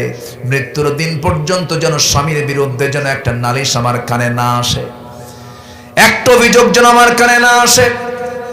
চলে যাও, স্বামীর সংসার করে খাও, সন্তানের মা হয়ে যাবে, প্রজন্ম চলে আসবে, স্বামীকে সম্মান করবে, রেসপেক্ট করে চলবে, সবাই উভয় উভয়কে দাম দিয়ে চলবে। আমি এমন জামাই তোমাকে দিয়েছি যে আসাদুল্লাহিল গালিবের মতো একজন বড়, একজন খেতাব প্রাপ্ত একজন যোদ্ধা।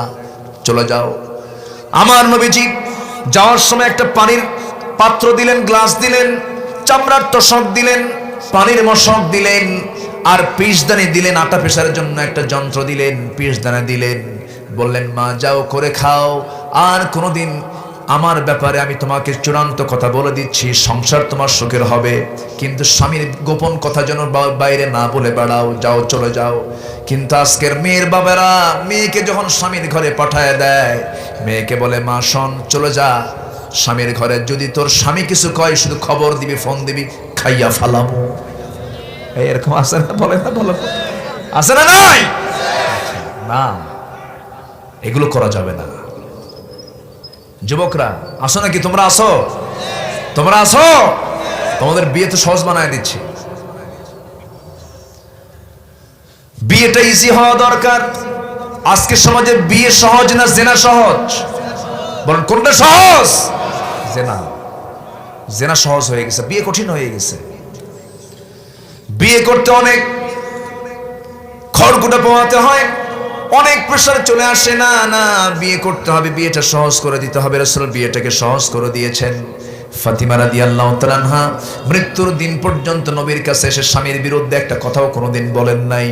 শুধু একদিন এসেছিলেন, আব্বা আমার দুইটা ছেলে আছে, আপনার নাতি দুইটা আছে, আমি পিসদানি দিয়ে পিষতে পিষতে আমার হাতে দাগ পড়ে গেছে, কূপের পানি তুলতে তুলতে আমার কোমরে দাগ পড়ে গেছে, আমার কাপড় চোপড়গুলো ঘন ঘন ময়লা হয়, বারান্দাটা ঘরের মেঝেটা কাঁচা হওয়ার কারণে। আব্বা একটু দেখা যায় কিনা, আপনি তো রাষ্ট্রপ্রধান, আমার জন্য একটা কাজের মানুষ দেওয়া যায় কিনা, একজন খাদেম দেওয়া যায় কিনা। রাসূল আস্তে করে মেয়েটাকে আড়ালে নিয়ে এসে বলছে, মা তোমার পিতা মুহাম্মদ বিন আব্দুল্লাহর চরিত্র হলো নিজের কাজ কখনো অন্যকে দিয়ে না করানো। আমার কাপড় আমি ধুই, আমার ঘর আমি পরিষ্কার করি, আমার কাজ আমি নিজে সম্পন্ন করি।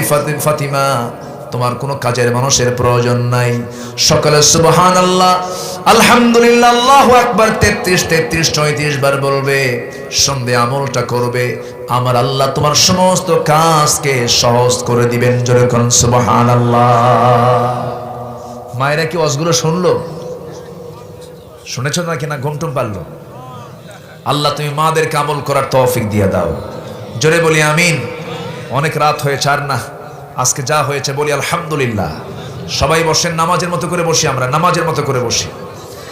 আমরা চাইবো কার কাছে? আসতে বলেন, চাইবো কার কাছে?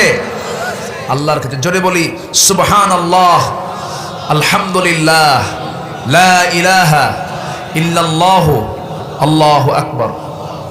আসুন আমরা বসি, আমরা সুবহানাকাল্লাহুম্মা বলেন, সুবহানাকাল্লাহুম্মা ওয়া বিহামদিকা আশহাদু আল্লা ইলাহা ইল্লা আনতা আস্তাগফিরুকা ওয়া আতুবু ইলাইকা। যে আসুন আমরা এখন চাইবো কার কাছে? জি, সবার কাছে আমি দোয়া চাই। দোয়া করবেন? আমিও দোয়া করি সবার জন্য। আল্লাহ তুমি সবার বাকি জীবন যতদিন আমরা বেঁচে আছি, আল্লাহ যেন আমাদেরকে ইসলামের উপর অবিচল থাকার তৌফিক দান করেন। জোরে বলি আল্লাহুম্মা আমিন।